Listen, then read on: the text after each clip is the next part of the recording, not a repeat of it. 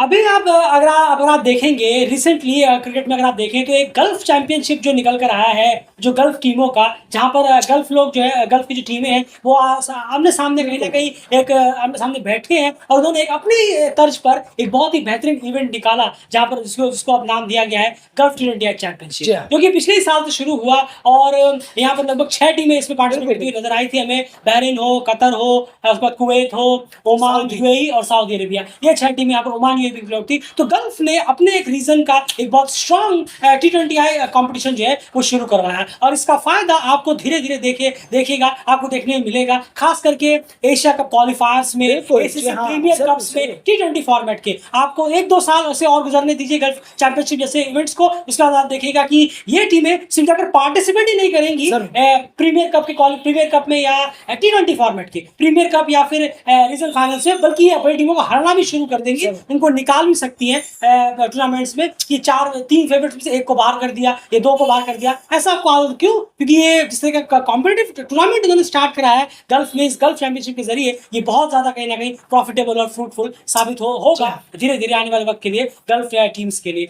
इसी तर्ज पर एंड यहाँ पर क्यों जो इनिशिएटिव यहाँ पर लिया गया है, क्यों ना ये इनिशिएटिव इस तरफ भी अगर लिया जाए तो किस तरीके का बहुत ही बेहतरीन कदम ये रहेगा कि 5 टीमें अगर एक साथ होकर यूनाइट आए और इस तरीके का एक कप अगर शुरू कराएं तो बहुत ज्यादा बेनिफिशियल रहेगा। क्या कुछ एंड उसमें स्ट्रक्चर फॉर्मेट रहे जो बहुत ही ज्यादा फ्रूटफुल रह सकता है उन 5 टीमों के लिए? नहीं, देखिए, सबसे पहले तो टीमें जो है वो इस तरफ से अगर हम नजर डालें, जैसे कि नेपाल, हांगकांग, भूटान, मलेशिया और सिंगापुर, ये 5 नेशन मिलकर एक साथ बैठे और एक इवेंट का आगाज करें, एयरली वाइज एक इवेंट का आगाज हो, और उस इवेंट का नाम रखे फ्रेंडशिप कप।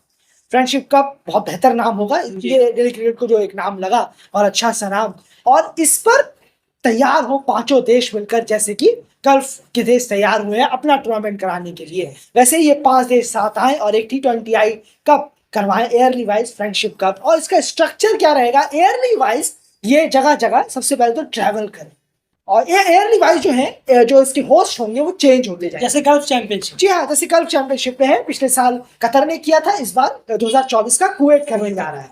तो वैसे ही जैसे ही शुरुआत हो इस फ्रेंडशिप कप की, पहला फर्स्ट एडिशन हो वो नेपाल करे, सेकेंड एडिशन हांगकांग करे, third edition Malaysia, fourth edition आपके सिंगापुर और 5th एडिशन भूटान करे। जी हाँ, भूटान को भी यहाँ पूरा हक है कि वो इसको होस्ट करे। क्यों? ये हम इसलिए कह रहे हैं ताकि वहां पर जब नेपाल की टीम, ऊंचे लेवल की टीमें पहुंचेंगी इस क्रिकेट के उभरते हुए देश में, तो और अच्छा होगा उनके चाहने वालों के लिए भी, और फैंस भी गैदर होंगे, फैंस काफी गैदर होंगे, एक जगह पर होंगे, उनको और अच्छा माहौल बड़े उनके लिए होगा, कॉम्पिटिटिव मजा भी आएगा उन्हें देखने में कि उनकी टीम अपनों से बेहतर से खेल रही है और कम्पीट कर रही है। बिल्कुल, ये बहुत इंपॉर्टेंट है, क्योंकि देखिए अब इस तरह के टूर्नामेंट आराम से कराया जा सकता है। ऐसी कोई बहुत भारी भरकम चीजों की यहाँ पर या बहुत भारी भरकम इन्वेस्टमेंट की यहाँ पर जरूरत नहीं पड़ेगी। कोई पॉलिटिकल कॉन्फ्लिक्ट है जिससे कोई दरार आ जाए। बिल्कुल सही कहा आपने, क्योंकि इन जिस टीमों की हमने यहाँ बात की है इनसे आमूमन ये सारी टीमें रेगुलर खेलती रहती है। मलेशिया, हांगकांग बहुत सीरीज हो चुकी है, हांगकांग के साथ नेपाल बहुत मैचेस खेलते हैं, मलेशिया नेपाल बहुत अच्छा टाइप है, भूटान के साथ नेपाल बहुत अच्छा टाइप, तो पहला T20 भूटान नेपाल के खिलाफ खेला था। और अगर आप देखें सिंगापुर वगैरह, तो इन सबके साथ मैचेस हुए हैं, होते रहते हैं, पास्ट में भी खेला है, रिसेंट में भी खेला है, तो इन सबके मैचेस कोई ऐसा नहीं कि चलिए हाँ कोई किसी के साथ कोई मतभेद हो या कुछ, वो चीजें भी नहीं है। तो ये 5 क्रिकेट बोर्ड क्यों ना साथ आए और एक फ्रेंडशिप कप नाम से टूर्नामेंट शुरू कराए जो सालाना अलग अलग है। और हमने भूटान को 5वें नंबर पर इसलिए रखा है क्योंकि उससे पहले ये 4 टीमें कैपेबल है कि इस तरह के टूर्नामेंट करा सकते, जरूर और उन्होंने कराया भी है, ताकि भूटान जो है अपनी बारी आते आते कहीं ना कहीं थोड़े से स्ट्रेंथफुल हो जाए अपने ग्राउंड्स को, और उनका आपको ग्राउंड सिर्फ वो नहीं रहा, गल्फ इंटरनेशनल ग्राउंड को ऑलरेडी कर चुके हैं, वहां पर मैचेस भी डोमेस्टिक शुरू हो चुके हैं, जिनका इनॉग्रेशन वगैरह हो भी चुका था, इंडिया की एम्बेसी से भी वहां पर गए थे उस उद्घाटन में। तो वो एक स्टेडियम हो चुका है जहां पर आराम से इस तरीके का T20 टूर्नामेंट होस्ट कराया जा सकता है। तो शुरुआत नेपाल से करें जो ऑलरेडी स्टैब्लिश्ड है, बहुत बेहतर रहेगा। उसके बाद वो हांगकांग ट्रैवल करे, वो भी करा सकते हैं, कैपेबल है। उसके बाद मलेशिया तो बहुत ही क्वालिफायर करा चुका है, वो कैपेबल है। उसके बाद सिंगापुर उसको लेकर जाया जाए जहां पर ग्राउंड्स वगैरह है। T20 चैंपियनशिप जैसा टूर्नामेंट तो होस्ट करा ही लेंगे 10-12 दिन के लिए, और उसके बाद भूटान में ये चीजें ट्रैवल करें। T20I फॉर्मेट हो, उसमें कोई दरार नहीं है। और सब अब यहाँ पर एक चीज और है, अब आपके जहन में एक चीज चल रही होगी कि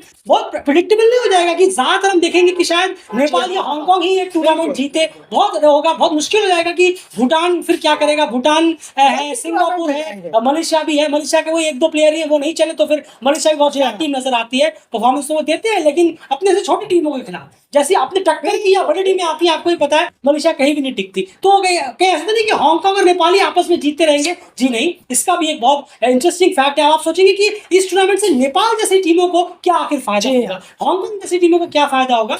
बिल्कुल बहुत बड़ा फायदा होगा अगर आप इसको स्मार्ट तरीके से इसको यूटिलाइज करने की कोशिश करें। एंड बताएं। बिल्कुल, और वो सबसे स्मार्ट तरीका है और बेहतरीन तरीका है कि नेपाल जो है, जब नेपाल अपनी टीम भेजे और हांगकांग अपनी टीम भेजे, तो नेपाल कम से कम 5 या 6 प्लेयर जो उनके सीनियर साइड के मेन प्लेयर्स हैं उनको रेस्ट दे। जी हाँ, इस चैंपियनशिप में वो नहीं खेले, बस इस चैंपियनशिप की जगह पर वो यंग प्लेयरों को मौका दे। उन 5-6 की जगह नेपाल की हम बात कर रहे हैं, वो यंग लड़के इस चैंपियनशिप में पार्टिसिपेट करेंगे, स्क्वाड में होंगे 15 जनों की। वहीं हांगकांग के लिए 3 से 4 सीनियर प्लेयर जो रेगुलर खेलते हैं, उनके लिए ओडी 50 ओवर और T20I, वो इस चैंपियनशिप में पार्टिसिपेट नहीं करें। बिल्कुल, आप नाम ही ले लीजिए, बाबर हयात, अंशुमन रट, एहसान खान और एजाज खान, ये 4 प्लेयर खास। बिल्कुल, ये चारों इसमें पार्टिसिपेट नहीं करेंगे। ऐसे ही नेपाल के लिए है रोहित, दीपेंद्र, संदीप, ये सब जो प्लेयर हैं ये इसमें, कुशल मल्ला, बिल्कुल दीपेंद्र, ये सब इसमें पार्टिसिपेट नहीं करेंगे। इनकी जगह पे